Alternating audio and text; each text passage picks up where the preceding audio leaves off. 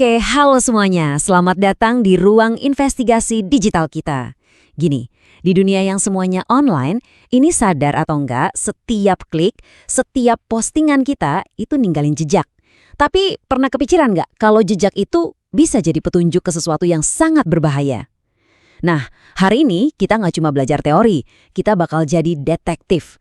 Misi kita bareng-bareng, ngebongkar jebakan-jebakan tersembunyi yang ngincer privasi dan keamanan kita. Siapin diri kalian, karena penyelidikan ini kita mulai sekarang.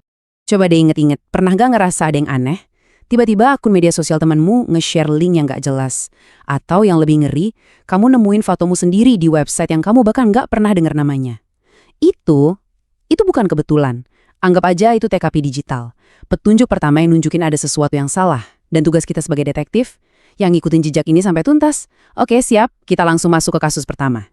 Baik tim detektif, kasus nomor 1 yang mau kita bedah ini salah satu yang paling sering kejadian. Tapi anehnya, justru paling sering diremehin sama pelakunya. Kita kasih judul kasus ini, privasi yang bocor. Ini tuh kejahatan yang sunyi, gak ada alarmnya. Bisa aja terjadi di grup WhatsApp-mu atau di timeline media sosial, dan sering banget dalihnya, cuma bercanda. Jadi apa sih sebenarnya pelanggaran privasi itu? Gampangnya gini, kata kuncinya ada 2. Tanpa izin. Kalau ada informasi pribadi kamu, sekecil apapun, mau itu foto, nomor telepon, apa aja, disebar tanpa persetujuanmu, dan ujung-ujungnya bisa bikin kamu rugi atau malu, nah disitulah garis batasnya udah dilewatin. Ini udah bukan lagi soal iseng-iseng, ini udah masuk ke pelanggaran serius. Nah, coba lihat perbandingan ini biar jelas. Ngirim stiker lucu atau nge-tag temen di meme yang nyambung, itu kan interaksi biasa ya, seru-seruan. Tapi coba lihat kolom di sebelahnya, ngunggah foto teman yang lagi tidur pula sampai mangap ke media sosial tanpa izin dia. Wah, itu bukan lelucon, itu udah pelanggaran privasi, titik. Itu sama aja kita ngambil momen pribadi orang lain dan ngejadiin itu tontonan publik. Jadi ingat ya, niat kamu buat bercanda itu nggak bisa ngapus dampak buruk yang diterima korban. Mungkin ada yang mikir, halah gitu doang, cuma foto iseng, emang ruginya apa sih? Oke, sebagai detektif, kita harus berpikir lebih dalam. Seberapa jauh sih eskalasinya dari yang tadinya cuma bercanda, bisa jadi bencana finansial dan masalah pribadi yang benar-benar nyata? Pertanyaan ini ngebawa kita ke barang bukti selanjutnya yang bakal nunjukin betapa fatalnya kelalaian kayak gini. Dan ini dia barang buktinya. Dari semua jenis pelanggaran privasi, yang ini bisa dibilang level monsternya. Ngunggah foto kartu tanda penduduk, mau itu KTP kamu sendiri atau orang tuamu, mungkin buat verifikasi akun atau iseng pamer, itu kesalahan fatal. Selembar kertas ini bukan cuma identitas loh, ini adalah kunci master ke seluruh kehidupan digital dan finansial seseorang. Ngeremehin ini sama aja kayak kita ngebuka pintu rumah lebar-lebar buat maling.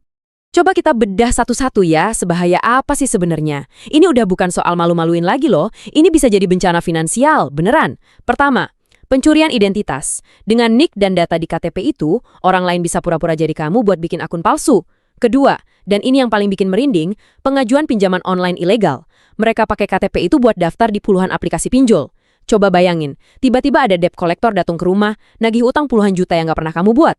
Ketiga, penitipan. Pelaku pakai KTP itu buat nipu orang lain, seolah-olah mereka penjual terpercaya tapi pakai namamu. Dan terakhir, ya tentu aja, penyalahgunaan data buat kejahatan yang lebih besar lagi. Intinya, KTP itu tiket emas buat penjahat siber. Kasus pertama kita tutup dengan satu kesimpulan. Jangan pernah sepelekan kekuatan selembar KTP. Oke, kalau kasus pertama tadi soal kelalaian kita sendiri, kasus kedua ini beda. Ini soal serangan aktif dari para penjahat. Kita akan dalami modus operandi para penipu ulung di dunia maya. Mereka ini nggak nunggu kita lengah, tapi justru mereka yang aktif masang perangkap. Mari kita buka berkas kasus kedua, jebakan sang penipu. Senjata andalan mereka itu namanya phishing atau pengelabuan. Kata kuncinya 1, meniru. Ini kayak mancing ikan. Mereka bikin umpan yang kelihatan meyakinkan banget, misalnya situs web palsu yang tampilannya plek ketiplek sama situs bank kamu, atau email yang seolah-olah dari admin medsos. Tujuannya? Ya biar kamu makan umpannya, biar kamu masukin data paling rahasia, password, PIN, dan yang paling sakral, kode OTP. Ini tuh seni menipu level tinggi di era digital. Lantas gimana caranya kita sebagai detektif ngenalin jebakan ini? Oke, ada beberapa protokol standar. 1, jangan gampang tergiur atau panik. Biasanya mereka pakai iming-iming hadiah atau ancaman akun ditutup biar kita buru-buru. 2, Dan ini paling penting, selalu cek alamat link sebelum ngeklik. Arahin aja kursor ke linknya, nanti alamat aslinya muncul di pojok bawah browser. Sering banget alamatnya tuh aneh, banyak salah ketik. Misalnya, google, pakai angka 0 bukan huruf O. 3. Cari simbol gembok dan https://. Ini nunjukin koneksinya aman. Dan yang terakhir, selalu curiga sama email yang mendesak. Bank atau platform besar itu jarang banget minta data kamu lewat email. Jarang banget.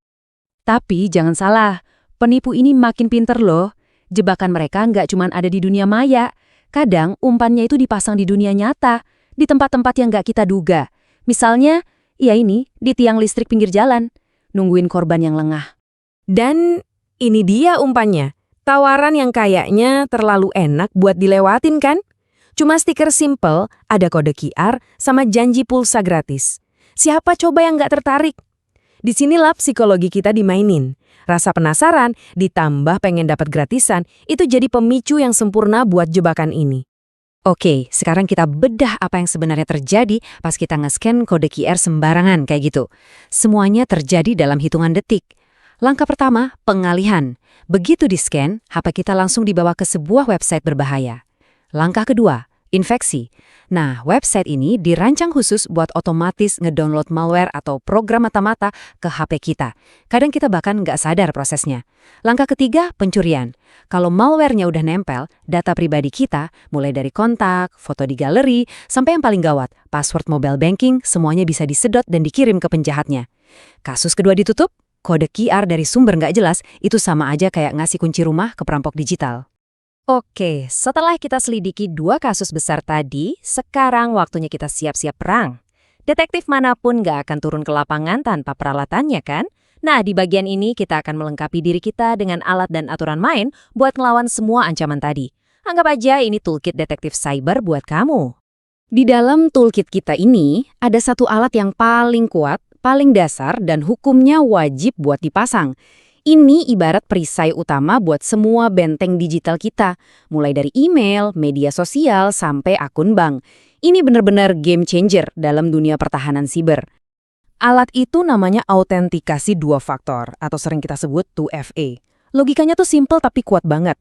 Gini deh, keamanan biasa kan cuma butuh satu hal, password, alias sesuatu yang kamu tahu.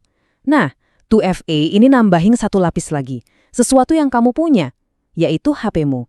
Jadi, kalaupun ada hacker yang berhasil nyuri passwordmu, mereka tetap nggak akan bisa masuk.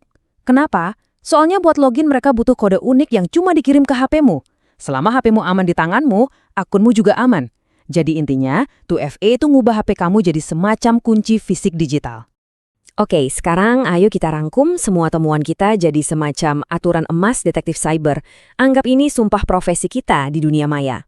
Pertama, aktifin 2FA di semua akun penting. Ini nggak bisa ditawar. Kedua, think before you post. Pikir dulu dampaknya sebelum ngeplot sesuatu. Ingat kasus KTP tadi. Ketiga, jangan pernah dalam situasi apapun ngasih kode OTP ke siapapun.